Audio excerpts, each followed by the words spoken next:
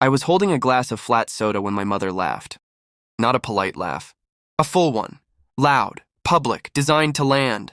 She does audits now, she said to the table, waving her hand like she was brushing away dust. Fake ones, I think. People smiled. Some nodded. No one asked me anything. The engagement hall smelled like roses and money. Gold chairs. White drapes. A rented kind of luxury that tries too hard. My cousin's fiancé was pacing near the stage, rehearsing confidence. My mother leaned back, satisfied. She thought she'd said the last word. I didn't correct her. I didn't explain. I didn't defend myself. I checked my watch instead. I used to think betrayal had a sound. A shout, a door slam, a confession whispered too late. I was wrong. Betrayal is quieter than that. It shows up as laughter where respect used to live. Years earlier, when I told my family I was moving into forensic auditing, my mother smiled the way people do when they don't believe you but don't want to fight. She called it a phase. Said I was too soft for numbers that ruin lives. I trusted her. That was my mistake. I trusted my cousin too. We grew up like siblings.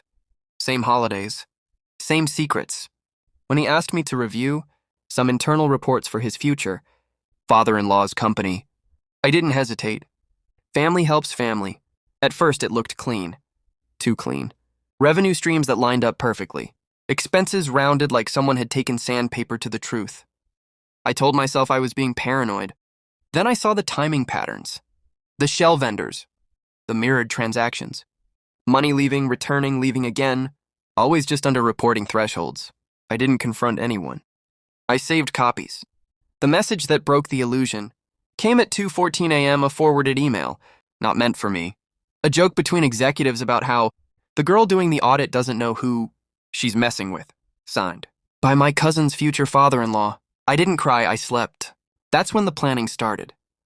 I asked better questions. I requested documents with specific phrasing. I logged inconsistencies. I built timelines. I didn't accuse. I observed. I learned who really owned what. Who signed where. Who benefited when numbers shifted by decimals. The company wasn't owned by the man hosting the wedding. He was a front. The real owner had been silent for years, living comfortably overseas, trusting the wrong people. I found him through a trail of filings most people never read. I sent him a message. 1 page, no emotion. Just facts, he replied 2 days later. Come to the engagement, he wrote. Bring everything.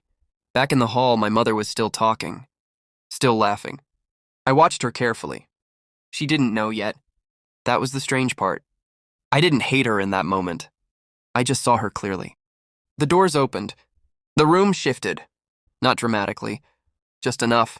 A man in a tailored suit walked in with calm authority. No announcement, no rush. He didn't look at the decorations. He looked at the people. The groom's smile froze. That's when I stood. I didn't raise my voice. I didn't need to. That's him, I said quietly. The owner. Confusion rippled. My cousin's fiancé stepped forward, laughing too quickly, reaching out a hand that wasn't taken. The man spoke once, low, final. This wedding is canceled. Effective immediately. Gasps, whispers. Someone dropped a glass. I walked toward my mother. She was pale now. Her laughter had drained out of her face. I handed her the envelope. What's this? She asked, still trying to sound in control. A federal subpoena, I said. For records you told them to destroy.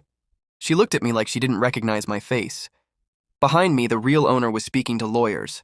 Names were being said out loud, dates, amounts. The front man was sweating. My cousin was crying. I felt none of it. I felt precise. Later, when the hall emptied and the roses wilted in their vases, I sat alone for a moment. The quiet was clean, earned. I didn't win anything material that night. No applause. No apology. Just the end of a lie that had been laughing at me for years. Justice isn't loud. It doesn't explain itself. It walks in on time, cancels the celebration, and leaves the truth behind like a receipt no one can return.